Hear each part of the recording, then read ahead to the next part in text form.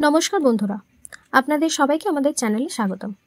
সরকারের বই পড়ার উপর এত আক্রোশ কেন? এমন একটি সিদ্ধান্ত নিয়েছে যা ভারতের বইপ্রেমী এবং প্রকাশনা শিল্পকে হতবাক করে দিয়েছে। হ্যাঁ, কথা বলছি ইন্ডিয়া পোস্টের বুক পোস্ট পরিষেবা বন্ধ করার সিদ্ধান্ত নিয়ে।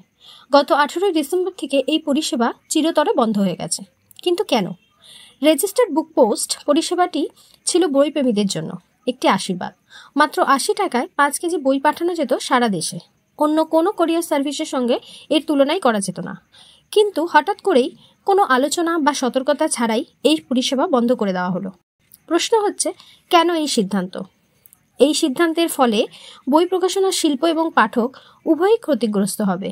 বইয়ের শিপিং চার্জ এখন এত বেড়ে যাবে, যেমন রেজিস্টার্ড বুক পোস্টে 5 কেজি বই পাঠাতে খরচ হতো 80 টাকা, কিন্তু রেজিস্টার্ড পার্সেলে তা বেড়ে দাঁড়াবে 229 টাকা।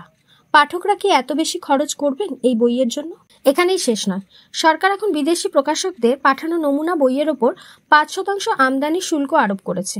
মানে সহজ কথায় পুরো সিদ্ধান্ত নিয়েছে যাতে যতটা দূরে শিক্ষা থেকে ভারতবাসীকে রাখা যায়।